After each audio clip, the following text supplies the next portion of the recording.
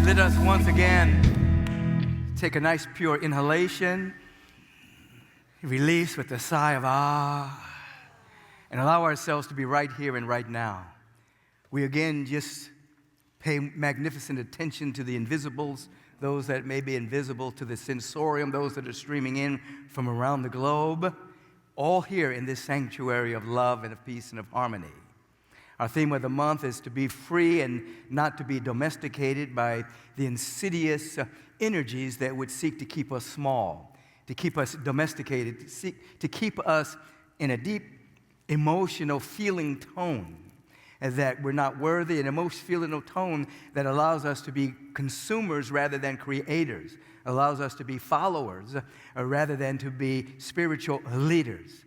You are here not to be domesticated by time and space and external forces, but you are here to wake up and to remember that even before you took this human incarnation, you already knew the turbulence that you would face when you came here, the turbulence of time and space, the turbulence of the condensation of thoughts and opinions, beliefs and points of view that reveal themselves as the world of appearances.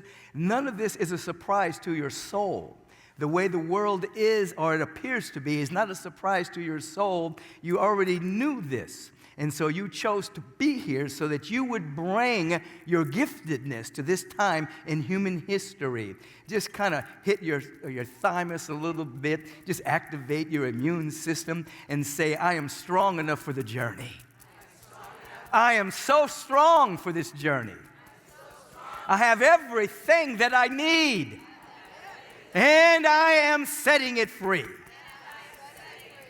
And so as we are breaking free from the domestication process by religiosity and governments and all manner of influence that would keep you in your seeming littleness, you are becoming so strong in this particular moment that with the feeling tone that you do have everything that you need to fulfill your dharma, to fulfill your divine destiny. And so today we're working with the theme or the topic as from R&R to R&R&R. What does that mean?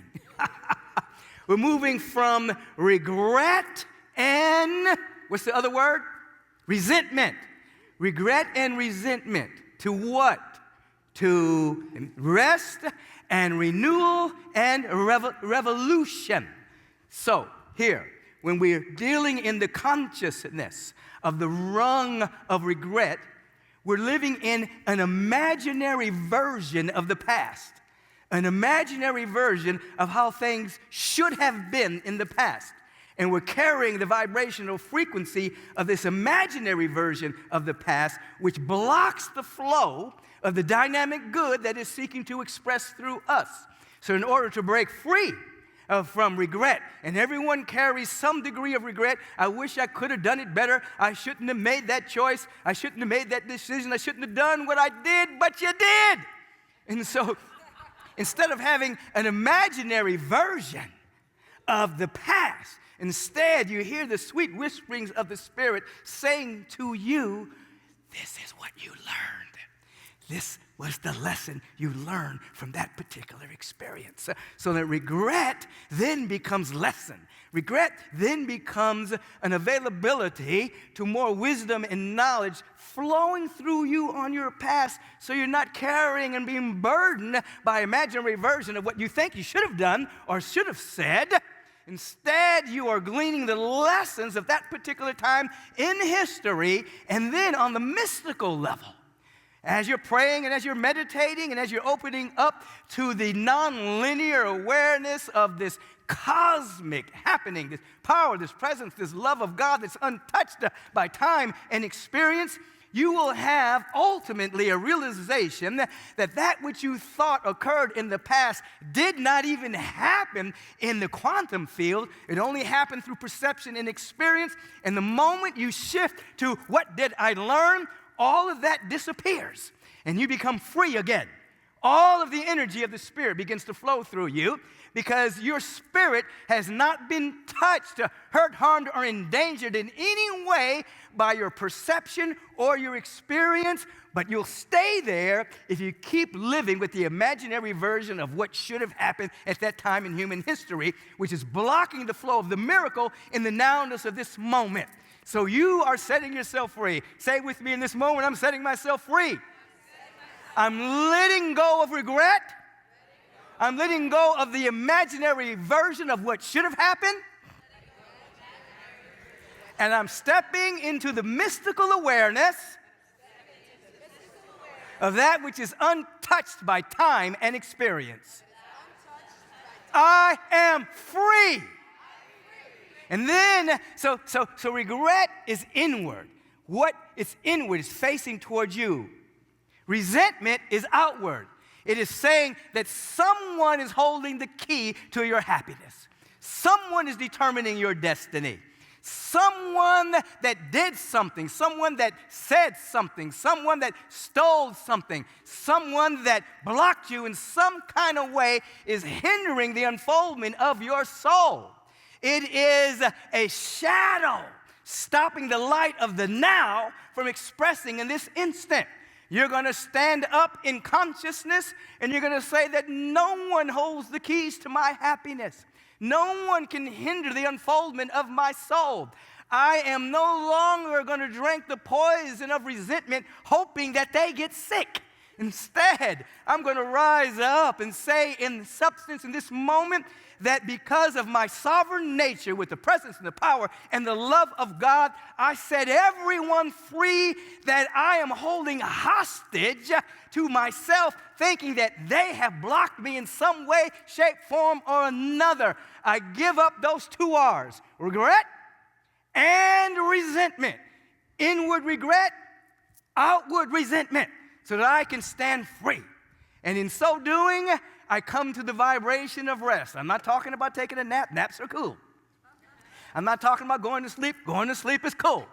But I'm talking about what St. Augustine meant when he said, my soul is restless until I rest in thee, O God, O Lord. In other words, there's an evolutionary impulse that governs all creation. It is the flow of life from the quantum field or cosmic, galactic, expanded consciousness. There is a dynamic life that is always expressing itself, and we are resting in that. We're resting in the will of God. We're resting and surrendering to that which always is our very life. So we're letting go of the struggle, of the manipulation of that which we can see with our sensorium, time and space. And we're saying, I am resting in the will of Almighty God with the full awareness that as I've taught over the years, that our heart's desire and God's will are the exact same thing. So we're resting in the awareness that, as you've heard it said over and over and over again in the New Thought Ageless teachings, it's already done in the heart, mind, and the infinite. In the divine quantum field of infinite potential and infinite possibilities, there is a perfect spiritual idea of your life. It's infinite and always unfolding, by the way. And it's already happening. As I was saying in the way of meditation service, that oak tree is already within the acorn. There's already a happening. And so when you rest through your prayer, through your meditation, when you rest through your spiritual practices in that evolutionary impulse, and you're giving up the struggle and you're surrendering, you're carried. You're carried by this evolutionary impulse. And now you become available to what the world might call miraculous. You become available to that which transcends time and space, and it shows up in your life, not through mental manipulation, but through deep and abiding surrender. And then you're catapulted or pulled into a deep sense of renewal. I shall give you back the years that the locusts have eaten, as it states scripturally. All the places where you think you have lost and cannot gain again, I will give you back the years that the locusts have eaten. In other words, within you and within your soul, within this wonderful, expanded consciousness of God, in this quantum field of infinite potential, you have suffered no loss. Your loss has only been in perception and experience, but experience is overrated. Ha! We are not just experiential beings. We are spiritual beings having a human incarnation. It used to be said we are spiritual beings having a human experience. I think not. We are spiritual beings having a human incarnation, and we get to choose our experience. And so as we expand our awareness, a deep sense of renewal begins to take place, a rejuvenation. We begin to see that which we thought we lost hasn't gone anywhere except in perception. And so what do? We shift, as I was saying in the early morning service, we shift our perception. We raise our vibration. We raise our frequency. How do we do that? You shift your perception through meditation and prayer. You raise your frequency through gratitude. And you become an open availability to more good than you can possibly imagine. Now, in this sense of renewal, this is very important at this time in human history. You begin to see differently. You begin to see what you have rather than what you don't have. You begin to see the world as it really is rather than what it appears to be. Now, why is that important? Because the world as it appears to be to many people, it looks like it's going to hell in a handbasket. Now, I don't know about the handbasket thing. Where did that even come from? I have no idea. Hell in a handbasket, but whatever. But instead of being afraid of and fighting the world as it appears to be, you're given a vision and an insight as to how it really is in the idea sphere, in the cosmos, in the unified field of awareness. And instead of fighting that which is decadent, that which is dissolving, that which is disintegrating, and it is disintegrating, the old world is disintegrating. There's been no empire that's ever lasted beyond 250 years, so there is a great transformation afoot. And so instead of fighting that which is dying, you begin to be the ambassadors of that which is emerging. So you're able to see the new world. Behold, I make all things new. You're able to see and feel the new world of love and joy and compassion and peace and generosity and forgiveness. You're able to be in this new world even before it physically manifests. You begin to walk in it, and then you become vibrationally contagious. You become vibrationally radioactive, and then the new world begins to form around you. You become little pockets of possibility, pioneers of the possible, communities of compassion and love that become little satellites of the new world that's trying to emerge. And then you see all the stuff that's going on in the world. You don't deny what you see, but you're living in the sea of divinity, carrying this vibration and frequency. This is what happens when your soul is renewed. You see differently. And so you exchange your complaint for a great declaration and decree of what's possible. The world is being made new through me. Every step I take is a step of peace and love and joy and harmony. That's what I see. That's where I be. That's my life. Feel into that right now. And so as you move from that, a deep sense of resting in the oneness of the presence, deep sense of renewal. You're involved in a revolution. It's a revolution of consciousness, not just a political revolution, but you begin to be aware that as you are praying and meditating, as you're doing your inner work, you are not praying just to be comfortable in the status quo. You're having a revolution in consciousness where you're on the verge all the time of being a greater version of yourself. And so, a revolution is like a cycle, a circle. In consciousness, the circle keeps getting more and more expanded. So you may be living in a small circle, a little paradigm, but then you have an insight and a revelation, and then the circle keeps getting bigger and bigger. It's a revolution of expanding arc of consciousness. Now, if you notice when I'm doing this, I am not changing the reality that's here. I'm just expanding my awareness of the reality. You catch that? So I'm not changing the reality. When you're like this, you're only experiencing this much of it. Then when you have a revolution and you have an insight, you're having an encounter with this much of it. You have a revolution in insight, you're experiencing this much of it. So you're not changing that which is real, you're just having a greater encounter with it. We are in revolutionary times.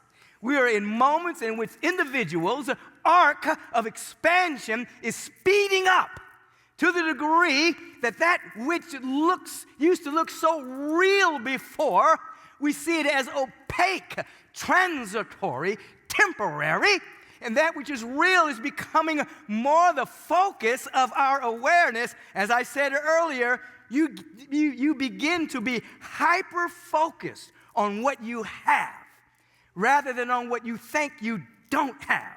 Because if you're hyper-focused on what you think you don't have, you produce more of that.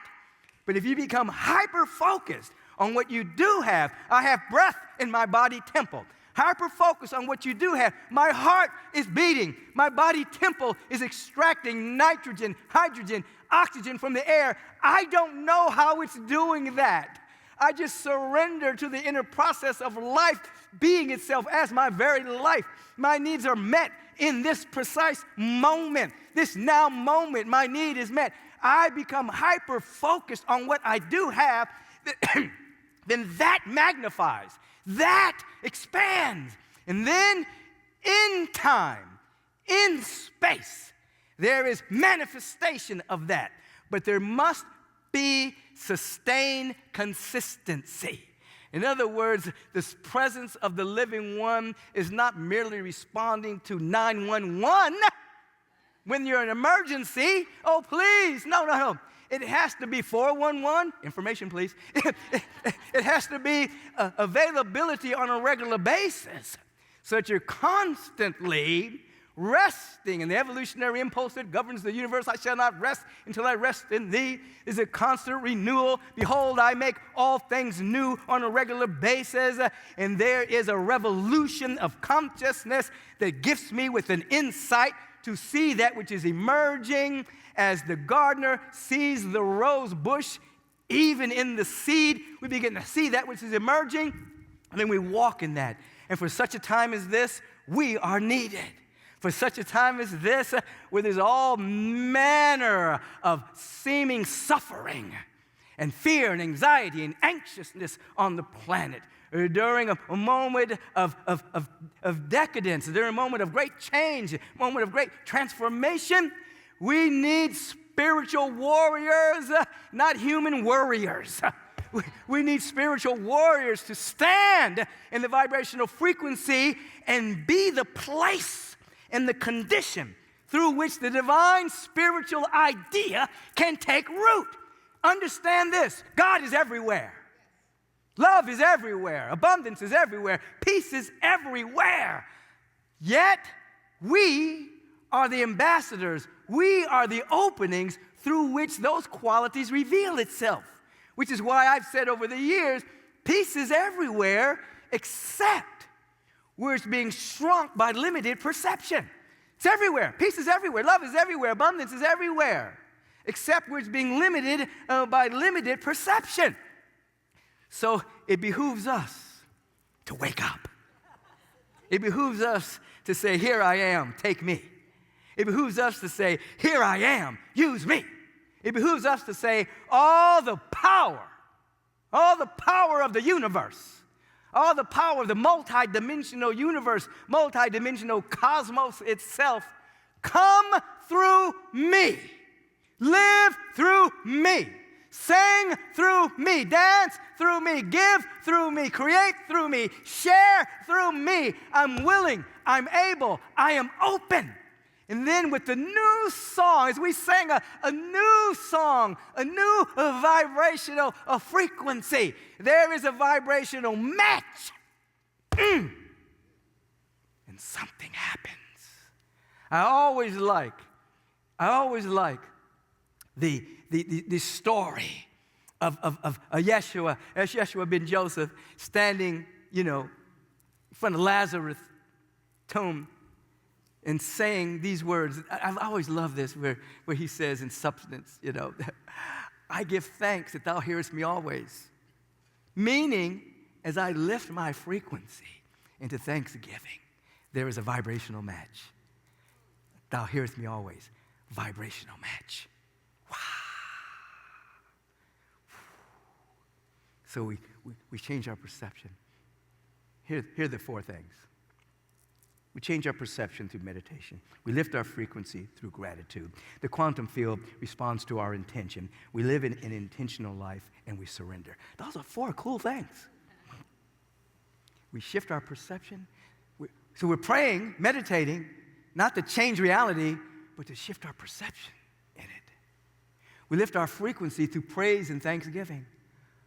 I'm so grateful that I'm alive. I'm so grateful that I'm here.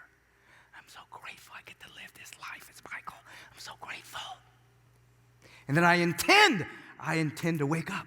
I intend to be the personification of abundance and love and peace and harmony and wholeness. That's my intention, to wake up to that. And I surrender to the will of God, which is always for a greater expression of life. You go through those four things every single day. Shifting perception, lifting frequency, Reverend Julie, as you're assisting people to do in your class, intending, surrender. And it becomes consistent. I dare say, you do this on a regular basis, you will meet God face to face. The light coming at you will not be a train coming in your direction. It'll be your real self embracing you, and you'll be flooded by the light of God, which is your very life, your very destiny, your very identity. And you'll be shocked and amazed as to how great you are. Not ego, but the light that is within you. It's the light of God. So hear this. Domestication, no longer. I remember years ago when I heard that word through Don Miguel Ruiz, and he was talking about people being domesticated. You know, societies and people walking around like sheep, just following the status quo, following governments, following orders and things of that particular nature. You see this. You see good people doing bad things because someone told them to do it. You see good people doing bad things because the government said, do this. Go kill these people. Domesticated. We break free from the domestication, so the voice we hear is the voice of God. That's what the abolitionists heard. They didn't listen to the government at their time.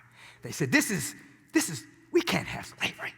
They didn't listen to the prevailing moments of their time. They heard a different voice. Freedom for all. You see, not domestication. So we break free from domestication. We rise up. And we let go of our regret and we reframe it. No longer an imaginary version of what should have been.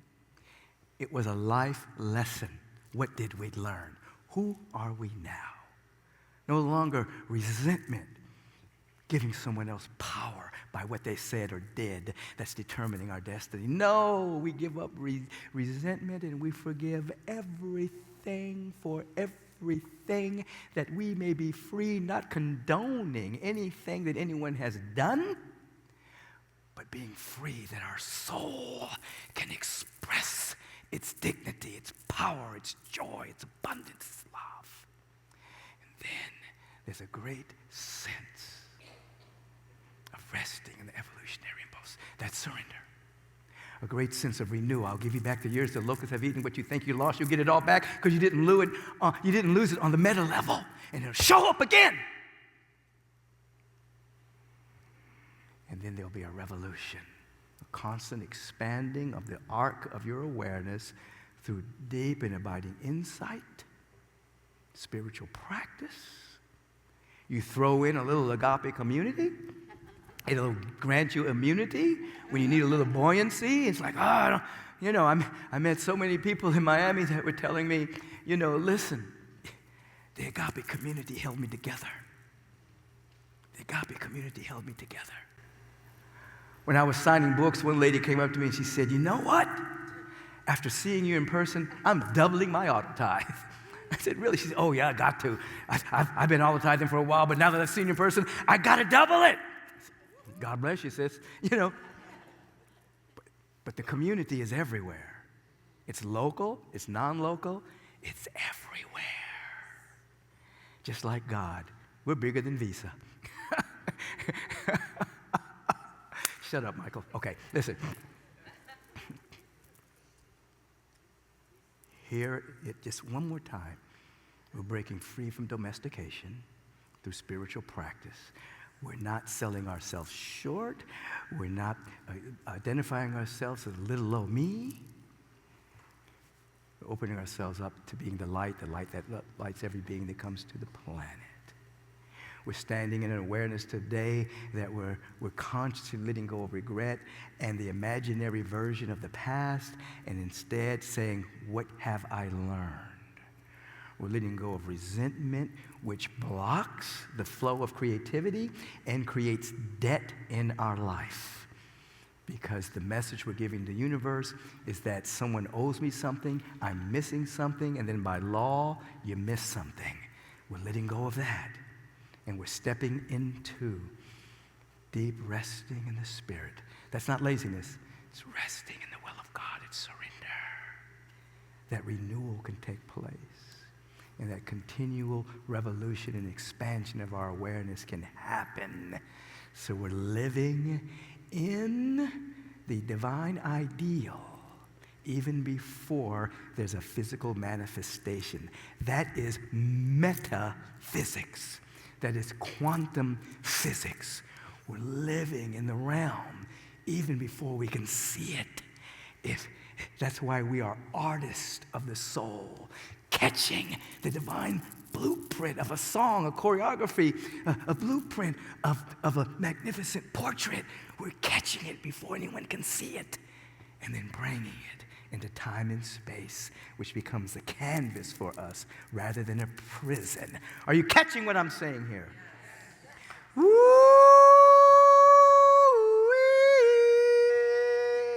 Repeat after me.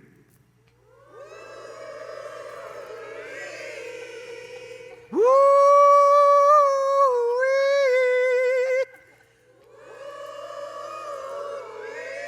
One more time. Woo.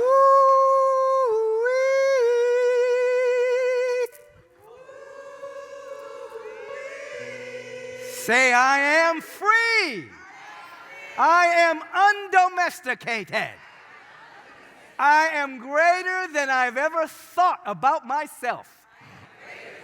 I am an emanation of the presence of God. All of my needs are met. And they are demonstrating themselves right now. I feel it in my bones. I feel it in my soul. And it's happening right now. Right now. Right now. Oh, somebody scream about it. Woo-hoo. Turn within with me for a moment. And as Dr. Homer Johnson used to say, let's go upstairs together. Let's go right up the staircase into higher consciousness, into a greater awareness of not a hybrid self, but a higher self. No chips in us. Higher self.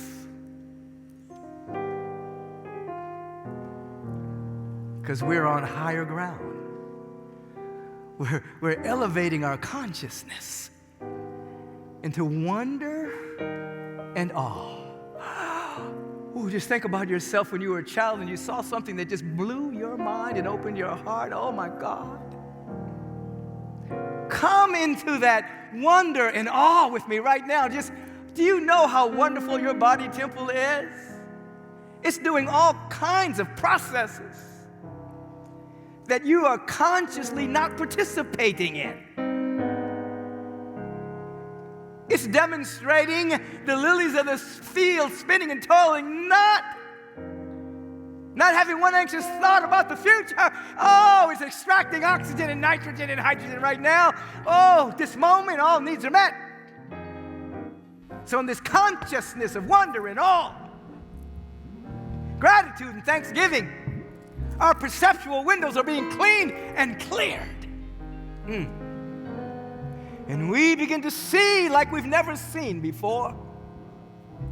Not through limited perception, not through opinions, points of view, but we're seeing as we are seen by the presence. As Master Eckhart once said, I see God through the same eye that God sees me. We're seeing differently. Wonders to behold. And from right sight, as thou seest, so thou beest. Connection, connection, connection. Never dejection, never regret, never rejection. Connection. One.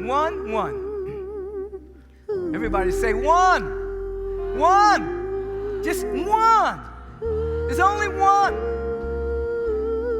From this consciousness of oneness, the very word that's now being uttered is the vibrational frequency of the Word of God. Not a man in the sky, not a guy in the sky, but a presence that is never in absence. I have the privilege and the honor to speak it for each and every one of us with the full awareness that there's only one of us here, one power, one presence, one life, oozing itself as the apparent many. That as we're lifted up in this rarefied atmosphere of absolute truth, lo and behold, wholeness is revealing itself now. Wellness is revealing itself. Well-being is revealing itself. Vitality is revealing itself. Vigor is revealing itself. Joy and harmony and real happiness and real peace of mind and real deep sense of well-being, harmonizing prosperity and abundance, opulence and affluence, and pure creativity. You have come, we have come to be the creative agents of the Spirit, not walking lockstep in the status quo, but to change the status quo from a glory to a greater glory. Say this with me, if you will. Something wonderful is happening.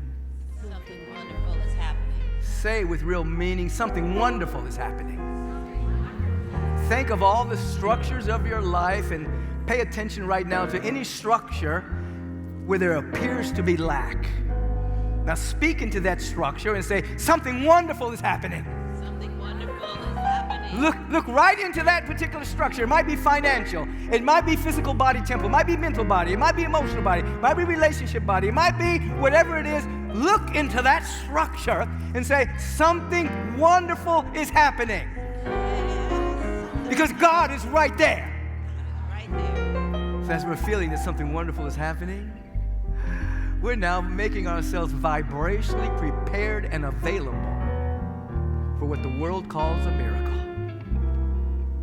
That is an instant, deliberate demonstration of that which is already in the heart mind of the infinite or the quantum field, whatever language you want to use. We are vibrationally prepared for the miracle. Oh, infinite Spirit, Lord God Almighty, how great thou art, how infinite and divine is thy holy, holy name. That is thy holy, holy nature. How great it is to be awake, aware, and alive to this, and to be so available for all of it to know itself as all of me and all of we. I feel it in my bones. Say with me right now, I am feeling it. I give myself permission to feel it. I give myself permission to feel it even before I see it. Oh, help them feel it. Woo. Help them feel it. Good morning or evening, friends. Here's your friendly announcer. I have serious news to pass on to everybody. What I'm about to say disaster could change your joy and laughter to tears and pain. Is that love's in need of love today? Don't delay, send yours in right away, because hate is going round, breaking many hearts. Stop it, please, before it goes too far.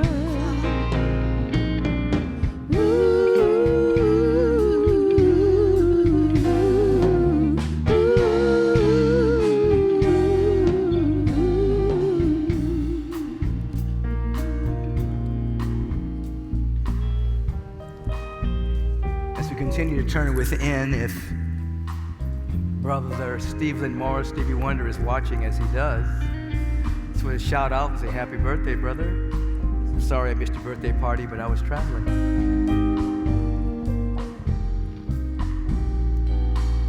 We hold these truths to be self-evident that all the beings that I'm mentioning right here are beings and beams of light, becoming more and more conscious of who and what they are in terms of health and harmony and wellness and well-being and prosperity and regeneration and peace of mind.